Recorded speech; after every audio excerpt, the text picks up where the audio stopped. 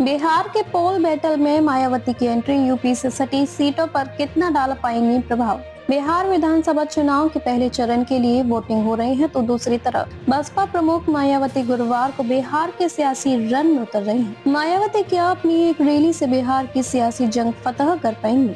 उत्तर प्रदेश की तरह बिहार की सियासत में भी दलित समाज की भूमिका निर्णायक मानी जाती है, लेकिन दोनों राज्यों में दलितों का सियासी मिजाज एक जैसा नहीं है। कांशी राम ने उत्तर प्रदेश के दलितों में सियासी चेतना जगाकर बसपा को 4 बार सत्ता तक पहुंचाया, लेकिन यूपी जैसा करिश्मा बिहार में बसपा नहीं दिखा सके। बिहार के सियासी मैदान में बसपा एक बार फिर से किस्मत आजमा रही है। देखना यह है कि इस बार बिहार में मायावती क्या सियासी करिश्मा दिखाती है।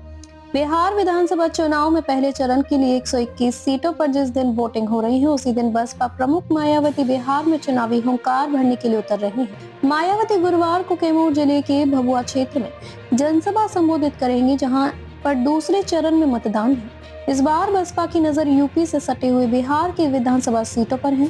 यूपी के गोपालगंज, कैमूर, चंपारण, सिवान और बक्सर के जिले की सीटों पर बसपा पूरे दमखम के साथ लड़ रही है। यही वजह है कि बिहार के इन जिलों की 15 से अधिक सीटों पर बसपा पूरी ताकत लगा रही है। दलितों को एकजुट करके कुछ सीटों पर कब्जा करने की रणनीति पर काम कर रही है। चैनपुर सीट पर बसपा 2 बार जीत चुकी है। 2020 में बसपा ने ये सीट जीती थी, लेकिन जमा खान जेडीयू में शामिल हो गए।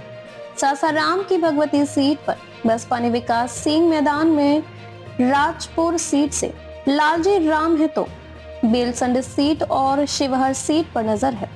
यूपी सीमा से सटे इन जिलों में पिछले चुनाव में एनडीए को सफलता नहीं मिली थी। इस बार चुनाव में बसपा की मजबूती से लड़ रही है। बिहार में दलित वोट बैंक महागठबंधन से यदि दूरी बनाता है तो एनडीए को फायदा मिल सकता है। बसपा जिस तरह बिहार में प्रत्याशियों के चयन में यूपी में हिट रहे अपने सोशल इंजीनियरिंग के फॉर्मूला का इस्तेमाल किया है, उससे साफ है कि बिहार के नतीजों का प्रभाव यूपी की सियासत पर भी पड़ेगा।